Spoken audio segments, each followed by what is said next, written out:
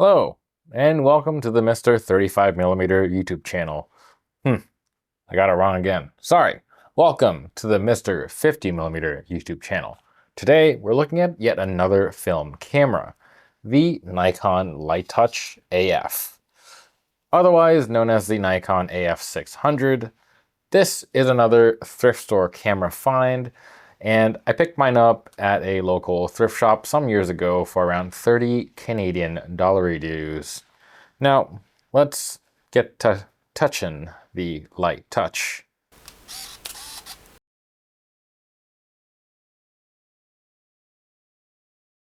What is the Nikon Lite Touch AF? Well, the Lite Touch AF is a fully automatic 35mm compact camera. It was introduced in 1993, and when this was released, it was the world's smallest and lightest autofocusing and auto-exposing camera. Cool. The camera features a 28mm f3.5 lens, and it's made up of 3 elements in 3 groups. The lens can close focus to as close as 35 centimeters, and it can stop down to f16. The camera sets ISO automatically via DX coding, and it can accept from ISO 100 to 1000. And it will default to ISO 100 if it can't figure out the DX coding, or if there isn't coding on the canister. The camera sets the shutters from 1/4 to 1/250th of a second, and there's a little finder that you can look through for framing. It's 0.28 times magnification and about 82% coverage. Autofocus in this thing is an active system.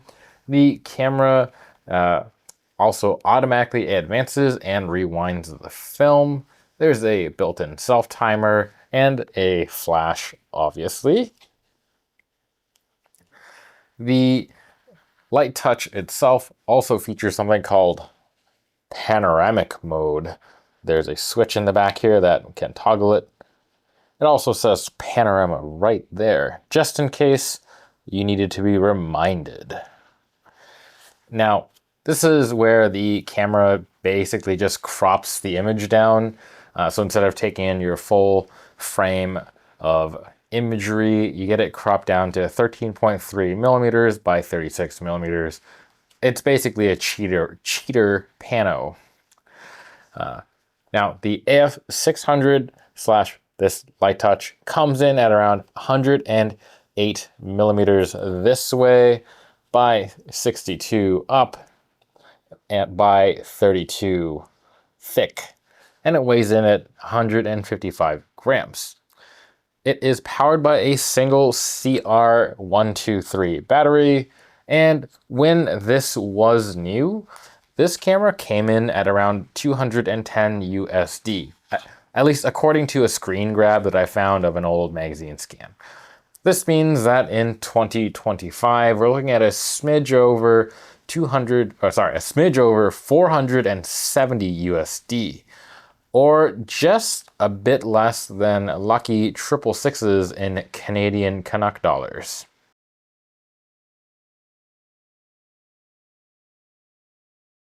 Operation and feel. So this camera really does prioritize size. I mean, look at it. It is smaller than my hand.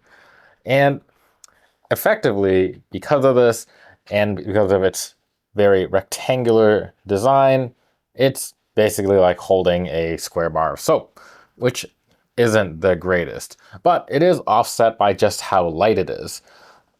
Either way though, it's not the most comfortable thing to hold, and the front of the camera, you might have noticed, is basically a smooth slab with no grip area.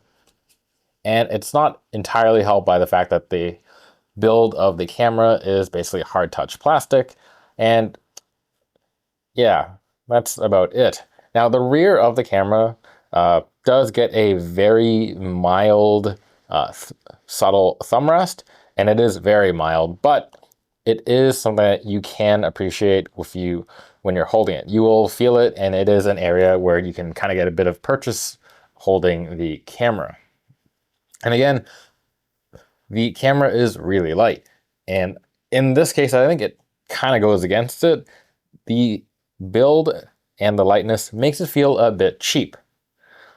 But that's kind of all right because, again, their priority for this camera was lightness and compactness. Moving on, if you look at the top of the camera, you can see almost all the controls. From here, we have our, oh, let's see if we can get the focus. Woo! There you go. Your power button, flash options, self-timer / infinity focus, a little LCD for reporting general shot counts and camera settings, and a shutter button. Additionally, behind, over here, you got a forced film rewind button, and the button for that is recessed, so you need something like a pen tip to depress it. The LCD, by the way, is just like that. There's no backlight or anything, but it's pretty legible either way. Plus, probably not expected to shoot this that much in the dark. Another thing that's weird about this camera that's kind of annoying is that if you change settings on your flash or your self-timer, when you turn it off, turn it back on, the camera forgets the settings. Kind of annoying. Being so compact, when the camera is off, you can see that it's basically a flat bar.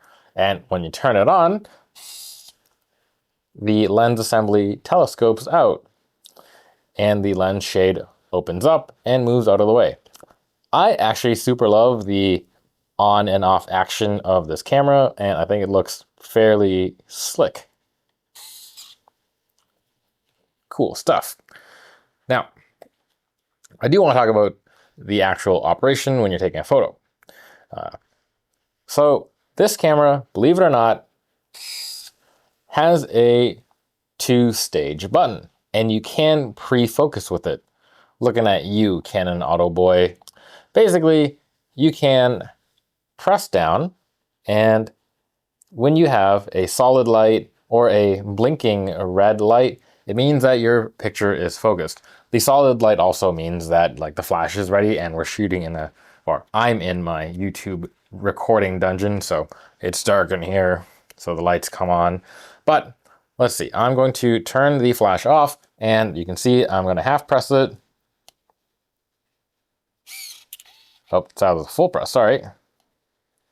Yeah, the LED pops on for a minute to tell you that it has focus. And once you see that appear out the corner of your eye, you can reframe it and fully press to take a photo. One thing that I found about this system though is that the difference between a half press and a full press kind of is subtle, and also just doing the half press kind of requires a lot of force. So when you fully press down, I found that depending on what the shutter was at, I would impart kind of a considerable amount of camera shake and it would blur up my photos.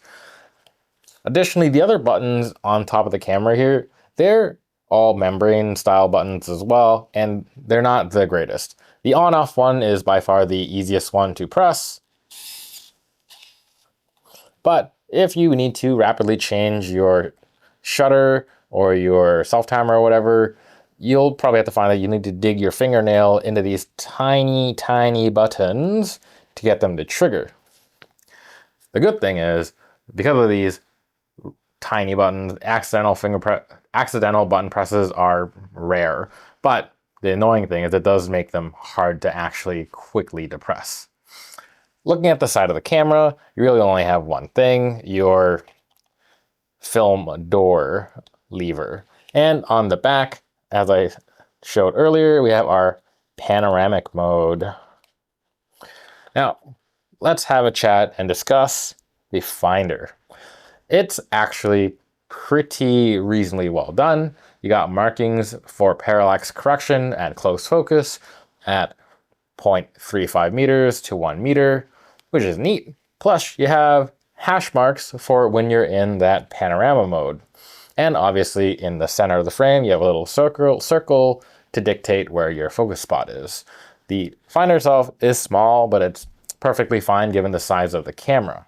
Here's where things kind of get a bit funky with this finder. It is dead center of the camera, which is pretty normal for a camera like this. But when it's combined with how small this camera is, I actually find that when I view up to the finder, my face is resting on my thumb. It's not the greatest experience. Plus, when you're looking through the finder, there isn't that much feedback, again, other than the little red LED that you get for focus and or flash readiness. So there isn't much to indicate through the finder, which again, generally it's fine. You basically just trust the camera, and I kind of like it. That being said, I do prefer other systems that tell you generally where the focus is going to be or give you more information, but I can appreciate the worry-free, fully automated experience of this Nikon. So all of this goes back to the smallness and lightness of it. So this camera is actually smaller and lighter than my Olympus Muj, or Mew, whatever you want to call it. And while doing this review, I actually was able to chuck this camera in my actual pocket and walk around, pull it out, use it as a pocket point and shoot. Just kind of neat that it's small enough that it actually will fit into regular pockets. I'm not wearing skinny jeans or anything, but wearing a set of khakis, this will fit right in. In fact, I think this will fit in this pocket here. It does. It's awkward, but it does. Now, let's talk about this panoramic mode. As I said before, I called it a cheater panoramic since it just crops in. But I still found myself using it quite a bit. And I know it's kind of a gimmick, but it's fun. And I'll show you how it works. So let's see if you can see inside the camera there. So right now we're in full 35mm goodness mode, full frame mode. And let's say you want to activate panorama. You see that? You have two plastic bars that just kind of like slide down and crop the frame in. The thing is, oddly enough, they don't make the perfect crop. It's hard to tell in this video here, but you can see that there is a bit of a like chamfer / ramp here. So these plastic flaps actually don't sit flush against the film tunnel there, and you get a bit of a weird panoramic image that kind of tapers upwards on one side. It's no big deal, you just crop it away in your scan, but for a little while it was really confusing me, and I thought that my scanner broke because I was like, oh, all of a sudden things kind of stretched out just at the last part of the scan. Very weird, but yeah, just worth pointing out. Now, the last thing I do want to talk about is camera noises. This is from the 90s, and stealth wasn't invented yet. The camera does make a bit of noise. For example, I'm going to close the film door, and it's going to try to advance all the films.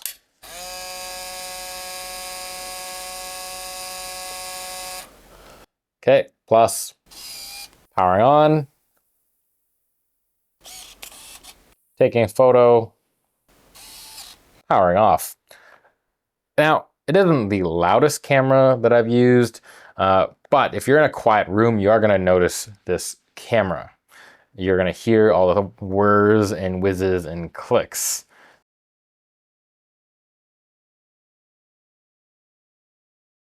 Image quality and autofocus.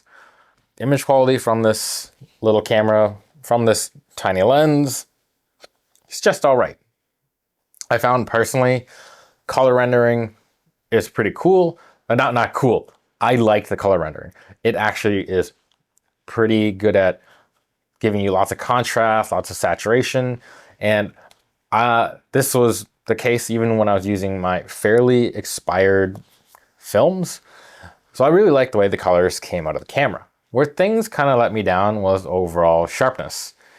Now, if the conditions were right and the camera decided to stop the lens down, this can produce very nice, pretty sharp images. So if you're shooting midday with a good light, awesome. You're gonna get pretty solid, super duper sharp images. But when the light gets a bit lower and it has to open up the aperture, I found that for subjects that are in the distance, especially, it's not the sharpest output around.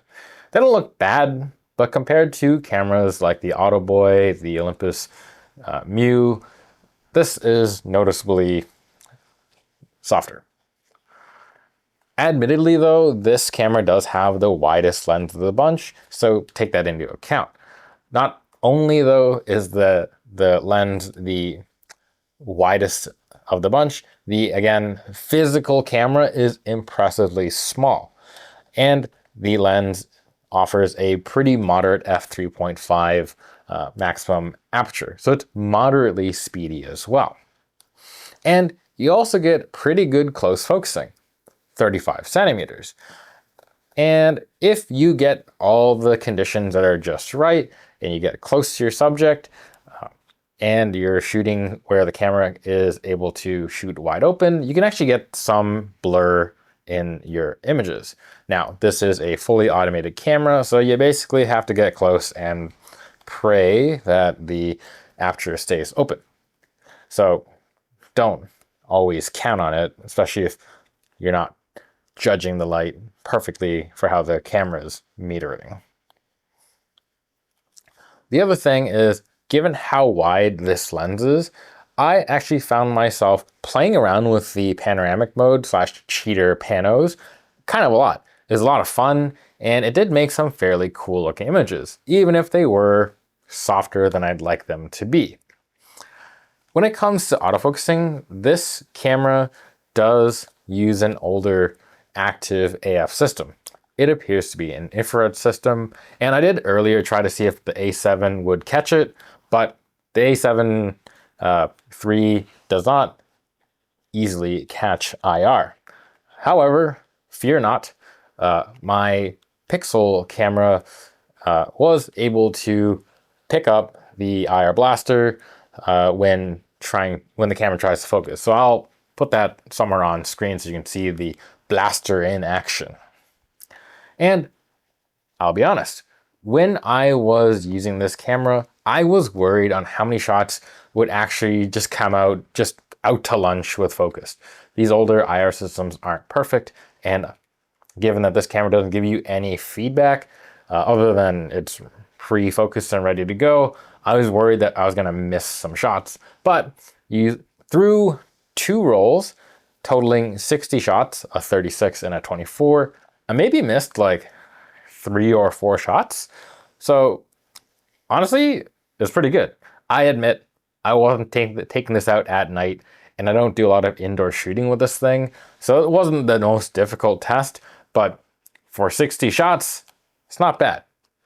The bigger factor that kind of ruined shots for this camera was camera shake from the kind of poop ergonomics. That legitimately blurred up more shots than misfocus did. Now, with all that, let's have a look at my rolls of film. You're gonna see first expired roll of Kodak T400 CN. That's the black and white shot. That's the black and white process using C41. And the next one is a roll of Kodak Gold 200. And both of these are scanned on a PlusTech 8200i film scanner. And of course, both rolls are very expired. So let's have a look.